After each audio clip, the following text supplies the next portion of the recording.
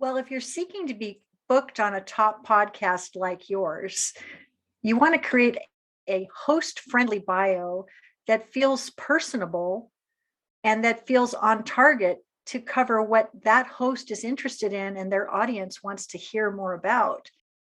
You are listening to Amplify Your Success Podcast, episode 264. And today you're going to discover how to transform your bio from wallpaper to wow. You ready for this? Let's get started.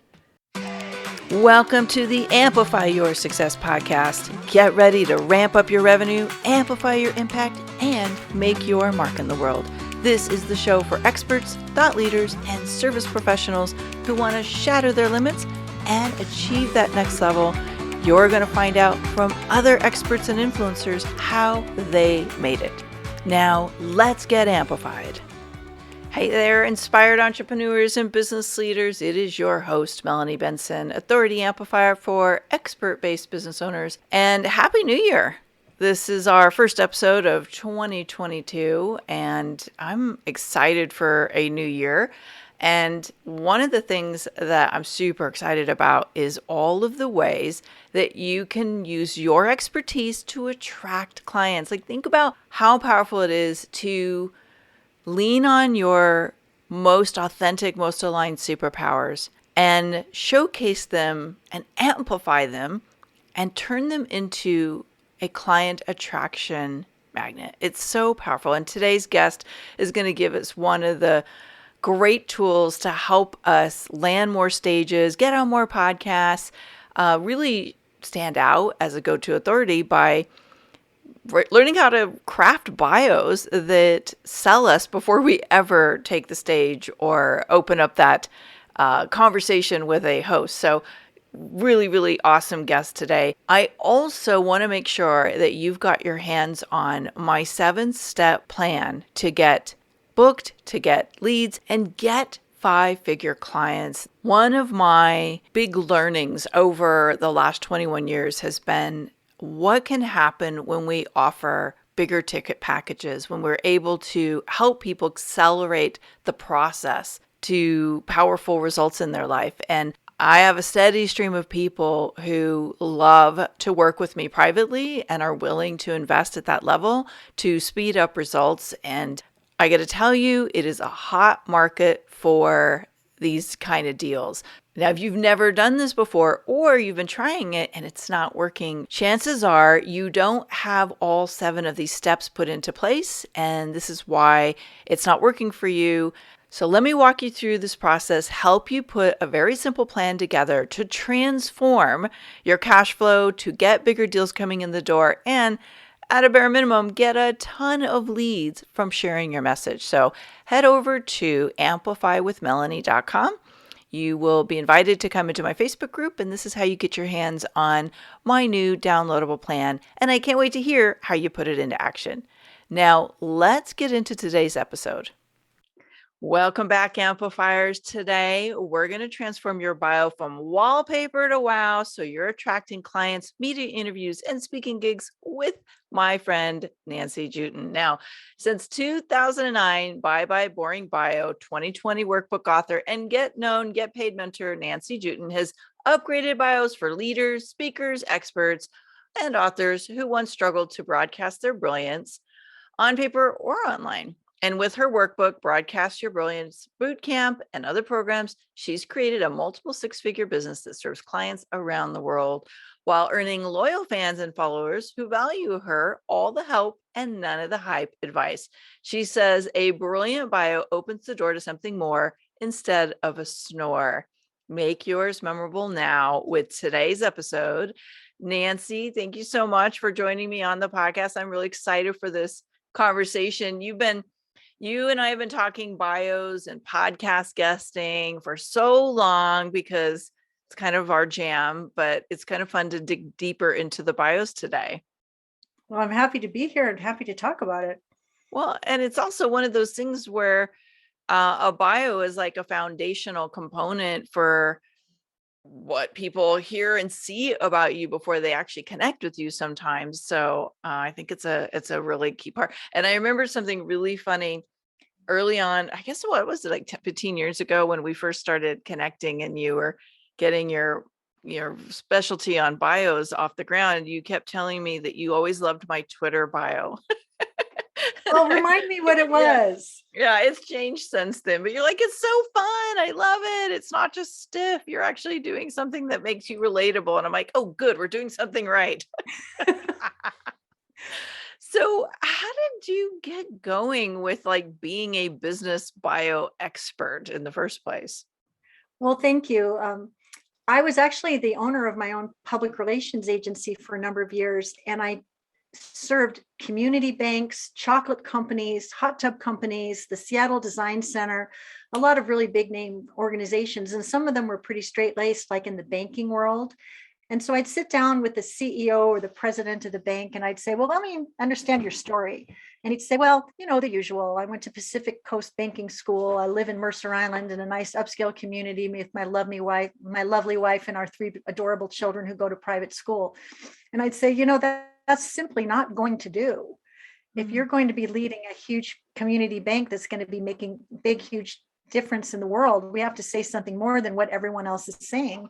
And in fact, with banking, if you cover the logo of most banks, all of the bios read the same. And I said, we got to do that. We got to do a whole lot better. So I started transforming these lackluster bios into door opening opportunities where people are actually seeking out to work with certain relationship managers. And all of a sudden they were getting more business done.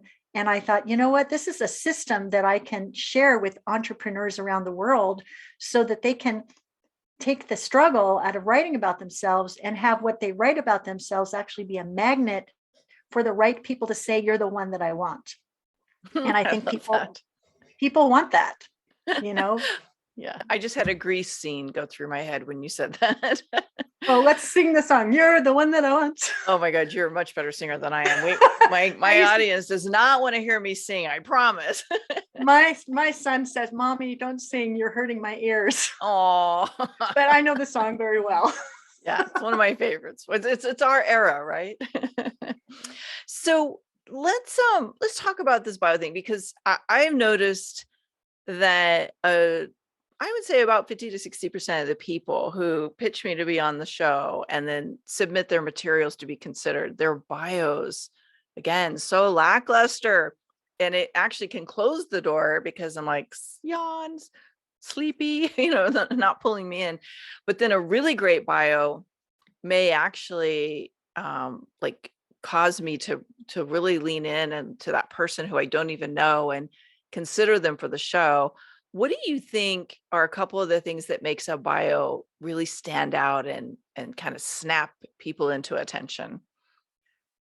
Well, if you're seeking to be booked on a top podcast like yours, you want to create a host-friendly bio that feels personable and that feels on target to cover what that host is interested in and their audience wants to hear more about. If you are saying, if every sentence starts with I, immediately people want to run in the opposite direction. But if you say something like, if you're looking for a guest that can talk about amplifying your authority in an uncommon way that's not been talked about before, take a closer look at Mary Smith, who has just the ticket. And then you can say what her ticket is. But if you approach the host in a host-friendly way, you can overcome a lot of other objections because you're tuning into their frequency. What's in it for the host? What's in it for the listener? And if you're doing that boilerplate name, rank, and serial number where you went to school, almost sharing a resume, well, you might as well go do some more homework because that's probably not going to work, right? Yeah. Yeah. And in my experience, some kind of credibility piece, like you were giving me some feedback on mine just a minute ago, which we'll talk about in a second, but also something that's kind of fun and relatable, right? We're all human beings first before we're experts. And isn't it something that we like to do business with people we know, like, and trust, or that we like in some way? Give us something to hold on to. I know how many licks it takes to get to the center of a Tootsie Pop, and I've never told a soul. And that's why people would hire me to do their public relations, because they could trust me to hold their secrets until it was time to share them. That's so much better than saying, I know how to keep a secret. I know how many licks it takes to get to the center of Tootsie Pop, and that's relevant to your show because da da da da da da da. But we have to say something that's memorable, remarkable, repeatable, or intriguing. And that means thinking about what we have to bring to the party that hasn't been brought to the party before. So if you're trying to get on your show, you're not going to just invite anyone to your podcast. They have to have a bigger platform. They have to have something compelling to say that hasn't been said before. They have to be able to express themselves in a way that turns your head. And if it reads like wallpaper, well, it's probably going to find its way to the round file. I'm just guessing. Well, it's definitely not going to get them booked. That's for sure. I do I like a good bio. I like a good overview of what somebody can bring to the table. And honestly, there's a fine line between being too over the top, being a little too braggadocious, or it's like they're just stacking so much in. You're like, are they really relatable? So I'm kind of looking for this balance. And I'm sure in your experience and what you do and, your work in helping people get booked on podcasts as well, what are some of the mistakes people are making, the blunders with their bios that are maybe working against them? Oh, I've got some good ones. Oh, I bet you do. let's roll them. I'm going to call this ABCDIY. Let's walk through them. All right. A would be absence of proof, arrogance. Those are two big mistakes. If you say you're world acclaimed XYZ and someone Googles your name and 0 comes up, you are guilty of absence of proof. If you are arrogant, it feels like you are the king of the world and people need to hold court around you. And that has you're at arm's length instead of arms wide open. B is boring, blah, blah, blah, boilerplate, sounds like everything that's been on everyone else's show and nothing new or fresh for yours. C is confusion, not enough content to be interesting. D is failure to differentiate yourself from someone else who does what you do. I, every sentence starts with I, and yada, yada, yada goes for Y, which is a whole bunch of stuff in there that does absolutely nothing for anybody. The beautiful bios are, I think, 50 words or less. They make clear who the expert is, who they serve, the big wow they bring about, and what makes them special, different, or preferred. And so for myself, I help people book themselves on more of the right shows without hiring an expensive booking agency and without tech or overwhelm taking them out. That's more about what I do for others and doesn't say anything about me. But if I lead with what it is that is the win for the client, guess what? They're probably going to read the next paragraph, which includes all the positioning around my experience, how many years I've been at it, how many clients with big names I've served. That helps build a bridge of trust. And then if there's something extra that I can add, like in my case, I've got this velvet boot of accountability that makes sure people get what they came for and a whole lot more. That lets people know that I'm not a shark, I'm a dolphin. And people that are looking for someone with that kind of personality who speaks in sassy sound bites are going to likely want to have me on their program. But someone that speaks in blah, blah, blah monotone, that doesn't have any proof, that makes all these other mistakes, they're probably going to be pitching an awful lot and coming home with not a lot of bookings because they just aren't getting it right. Oh my God, I love sassy sound bites. Boom. Love it. Sassy sound bites. That's so good. Well, I want to ask you another question, and then you're going to actually do a little bit of a critique on my bio just for people to get a real sense of how this works. But I'm imagining that we need different kinds of bios as well. We're not just using one bio all the time, or are we? Or do we need different lengths of bios? How does that play out for people? Well, I suggest that you first think about what it is that your objective is with each bio. The story I like to tell is, if for women are watching, if you've ever been to a one-size-fits-all rack at a local clothing boutique, you can go in and put clothes on your back, but you're sure not going to be sexy, svelte, and spectacular. You're going to probably look like you've got a potato sack on your back because you weren't really clear about the outcome that you wanted. So one size bio does not suit all situations. Some of us want our bio to attract clients. Some of us want our bio to attract podcast bookings and speaking opportunities. Some of us want to attract media opportunities with Good Morning America or something of this nature. So start with the end in mind. Decide what kind of a bio you need. That's step number one. Step number two is, given that that objective is front and center, reflect on the who, the how, and the wow that would be the most important to demonstrate why this person is the person that should get chosen. And when I say who, I'm not talking about you personally. I'm talking about who your person is. For you, Melanie, it's thought leaders, experts, and service providers who are playing a much bigger game. Those are the people. How you help them and the wow they welcome. What happens for those people when they're lucky enough to belly up to the bar working with you? And then you want to prove the value and impact that you bring. And you can do that by sharing your credentials, how many years of experience, the awards, recognition, if you've been showcased on the Huffington Post or Forbes or ABC, NBC. Those are halos of credibility that you can wear as a crown to help build that bridge of trust. And then, of course, most importantly, you want to add your personality. And that's where a sassy soundbite can come in handy. You know, my husband is a financial advisor, and he's a fee-only financial advisor, which means he sells no products and takes no commissions. So if someone's looking for someone like that, at the very top of his bio, it says, my clients hire me for my head, trust me for my heart, and value me most when I use both. Something tells me he had you help with that. No, that was his. He spoke from his heart about who he really was. And he put it right underneath his, Steve Juetten, certified financial planner, sassy soundbite.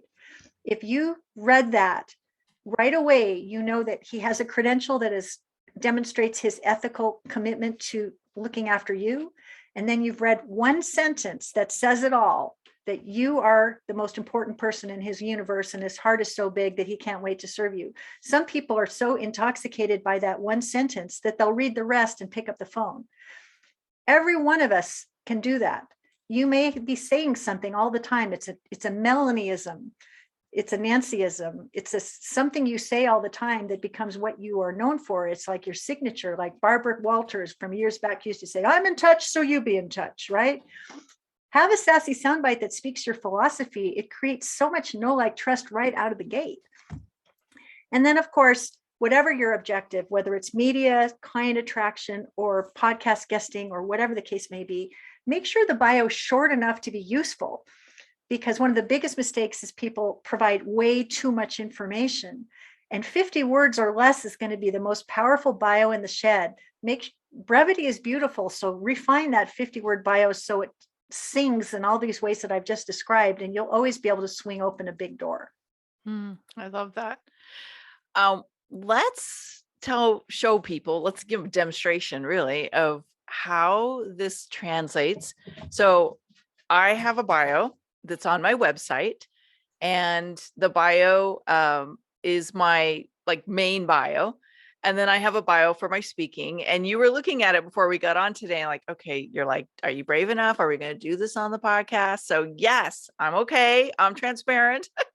It's always good to get a little facelift and get some Nancy vibes on your good juju.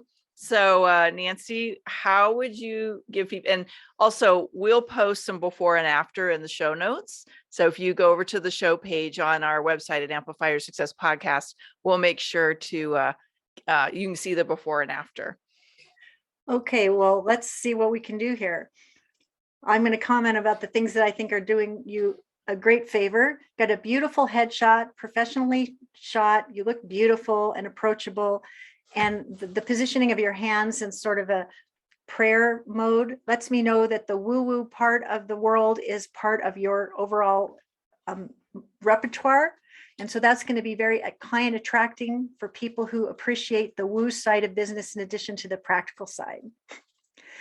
You've got some beautiful logos from American Express, Bloomberg, Business Week, Women's Day, and Parenting that let me know that you are recognized as an expert in major media, which is very head turning. Those are a couple of good things. I like the shortness of it because it's easy to read, and you've got one of those names that's easy to spell and say that needs no amplification. My name is Nancy Juetten. Juetten rhymes with button. Some people get it incorrect because like I just did. but it's okay. I'll spell out the phonetic spelling. Juetten rhymes with button, and people generally remember. So what I'm looking at here is your speaker introduction and bio, and who wants to know how to, and a speaker introduction and bio should be the kind of narrative that is read before you take the stage, so that the audience is wanting to give you a standing ovation even before you speak your first word. It's going to get them really excited about what's soon to come, and to share what's in it for the audience. That's what a speaker introduction should do. So I love that you've got an enrolling question right out of the box. Who wants to know how to achieve greater results without adding more work hours? Imagine being able to spend more time doing the things you love and do it in a way that's wildly profitable. Let me introduce our speaker, Melanie Benson. She's host of Amplify Your Success Podcast and has a gift for guiding entrepreneurs building a business around their expertise to become highly paid authorities. With over 20 years mentoring high-achieving game changers, Melanie is an authority amplifier and revenue strategist, identifying high payoff, profit-boosting opportunities while dissolving mindset blocks that commonly derail progress. So I'm going to stop there for a second because I have a couple of opportunities for you. One is the really nitty-gritty one. The word imagine is misspelled. Oh, good. Sometimes we need another set of eyes to take a look at something to see, it just was hiding in plain sight. I think that your ideal audience could be moved up higher in this bio so that people would read the rest. Are you a high-achieving, game-changing entrepreneur who wants to achieve greater results without adding more work hours? That puts more punch in the very first line of your bio and lets people know who your ideal client is right out of the box. If you're answering yes to that question, Melanie is here, and I think your primary role is as a business coach and mentor, and a secondary role is someone who has her own very successful podcast. Is that fair to say? Yes, it depends on the audience, though. So it depends on if I'm in a podcasting event, which I speak at it a lot. So that's why we were flipping it. So, but yes, I could absolutely agree with that. So, and then I think the one piece that's missing, that if added would make this so much stronger, is, I was talking about, I don't think I mentioned it, but when you're proving your value, there's something called stunning results. When you're reflecting on what you've accomplished over 21 years in doing business, how many lives have been touched and transformed by your proven systems, methods, and approaches, so that they grew from startups to multiple 6-figure or 7-figure business owners within a certain window of time with more grace and ease than they ever thought possible? But I know you've touched and transformed thousands of lives in this way, but it's missing. And I think people would benefit from that, and it would build a stronger bridge of trust around why you are the one that they want. When you have over 20 years experience doing anything, a secret hack is to say something like, since 1995, Melanie has, because then you never have to update that and say, ooh, good call. 20 years, 21 years, 22 years, 23 years. And then it says, we're excited to have Melanie with us today. Everyone stand up and please help me give a loud, thunderous applause to the woman who's going to accelerate our success today. That's great. And if you were going to be doing something specific for a specific audience, you could change that to say, as a result of today's talk, you're going to learn at least 5 powerful strategies to boost your revenue, double your free time, and imagine charging even more for your great value. But those are really juicy outcomes that people are going to be leaning in and saying, I want to hear more about that. Yeah, I love that. And those are you just could totally take that and put it into a podcast interview as well, right? Or an online event. Anything. But the more specific you are about the wow that you bring about for your ideal client, And the sooner you offer that information in your bio, the more the people in the audience will sit up and take notice and say, this is exactly what I came for. This is what I'm hungry for. I cannot wait to hear what next Melanie has to say. So those are just a couple of suggestions to help like boost what's already working for you and make it even stronger. I love it. That's fantastic. I love it, Nancy. So good. Oh, thank you. Yeah. So you have a resource. I want to bring it up here because we're really deep into the bios. And then I got a couple slightly different questions I want to get into. But you have a workbook and a book on creating your own bios. Would you share with people where they can get their hands on that? Because I want to challenge all of the Amplify community to get this resource and update their bios before you pitch your next podcast, before you get on that next stage, and update it as we go into this new year so that you have this fresh energy that pulls like a magnet these ideal audiences and opportunities to you. Amen to that. I am the author of the Bye Bye Boring Bio workbook, and the preview to the Bye Bye Boring Bio workbook actually achieved Amazon #1 bestseller status and earned the title of Best Tool for 2020 by Ghost CEO founder Christopher Flett. And if you want to get a taste of what the Bye Bye Boring Bio brilliant workbook is all about, you go to byebyeboringbio.com and you run and don't walk to download this to get the insights you need to transform your own boring bio from wallpaper to wow to attract clients now. You'll get very specific tips around how to do it. There will be examples within to show you what yours can be when you deploy these things that I've talked about today. And there's additional resources put within to help you amplify your awesomeness in all the ways that you want to bring the results that you desire. So go to byebyeboringbio.com, download that, and don't just let it sit on your hard drive. Actually print it out, choose a buddy and say, hey, let's make our bios better together and let's trade and see how well we've done it. Because I'll tell you something.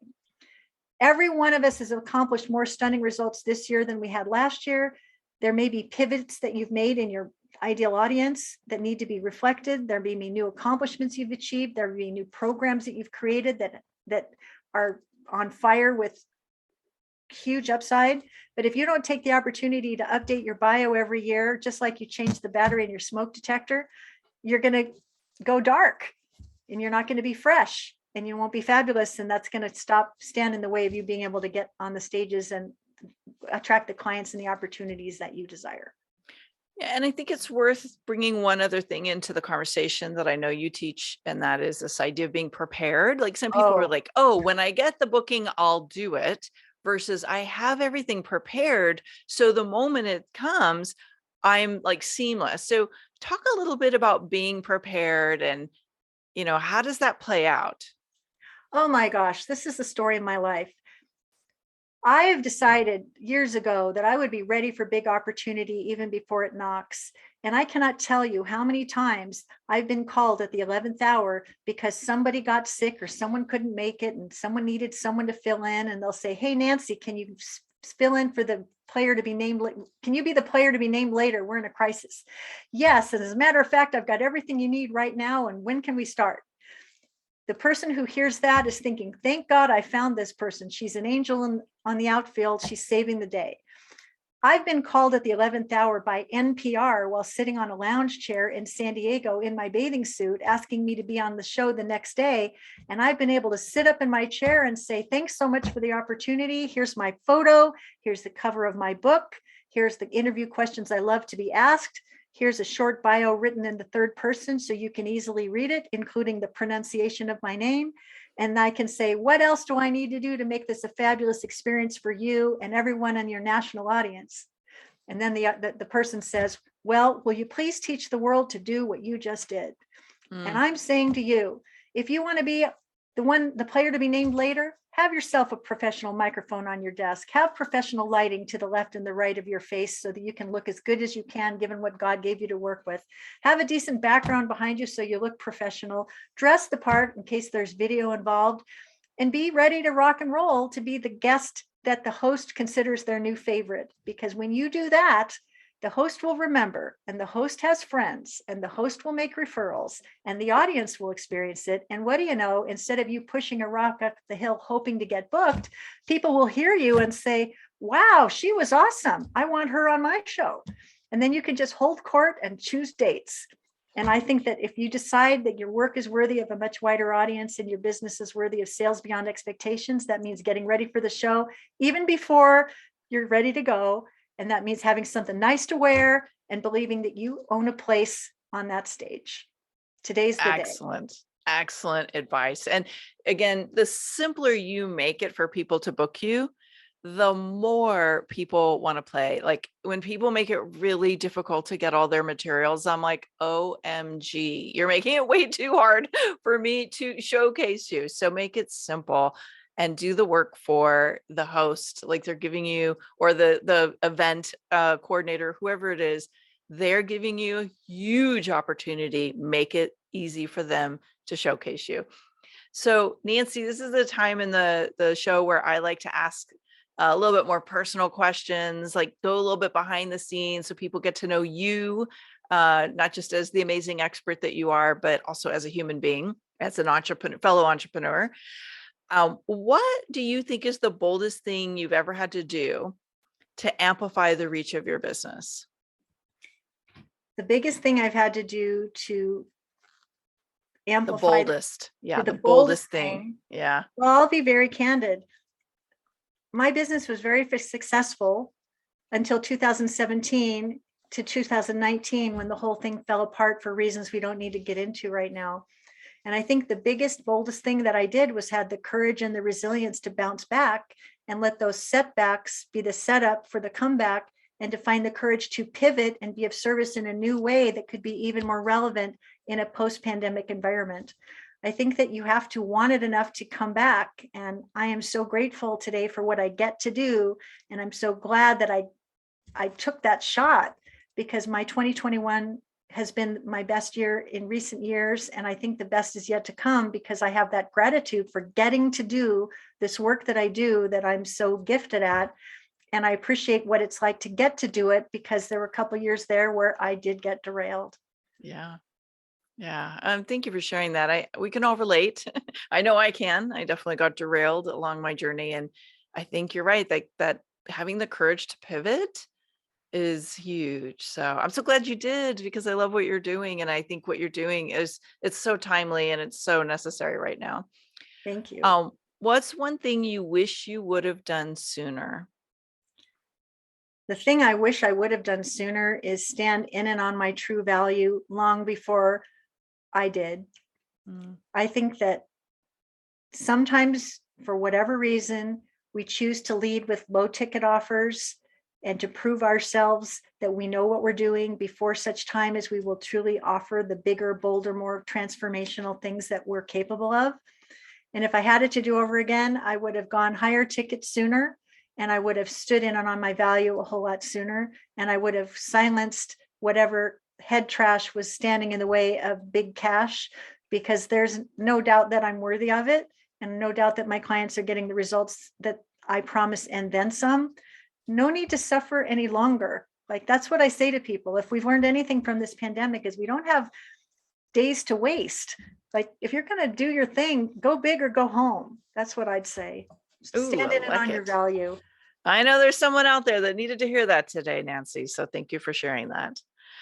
I know that you have amazing things coming up. You're getting ready to teach your podcast guesting program again. Yes. What's the dates of this one? So anybody listening in knows to make sure they're following you and tuning in. January 24th to February 1st, 2022 is the next Podcast Visibility Live Lab, where I'm going to guide you to learn how to book yourself on more of the right podcasts without hiring an expensive booking agency. It's free to participate. It's fabulous to experience. And I have received dozens and dozens of love notes from people who were booking themselves on shows after the second day of the 9-day training. If you want to have what they're having, I hope that you will join us for the Podcast Visibility Live Lab coming up soon. And we'll hook up a show link or a link in the show notes for you because I think it's one of the best programs out there. So we'll make sure you guys get hooked up with that too. So check the show notes or look at the details wherever you're catching this episode. Nancy, thank you so much for joining me today. I absolutely love talking about bios, talking about podcast guesting, talking about all things visibility with you. And you are truly one of the great experts who I think the way you bring your heart into this and the way you bring all of your years of wisdom, you're really helping people achieve extraordinary results. So well done, my friend. Thank you. It's been an honor to be here. Truly. Thank you. Thanks for tuning in today, Amplifier. Be sure to join us right now in the Amplify Your Authority community at authorityamplifiers.com, and I'll share my 7 proven tips to be a highly paid expert that stands out in a crowded market. Plus, we're going to keep this conversation going, and I want to hear from you how you're going to amplify your authority and make a greater impact. Before you go, please take a minute to give our show and our guests some love over on your favorite podcasting platform. Subscribe, rate, and review. Leave your full name, and I'll spotlight you and your authority on social media.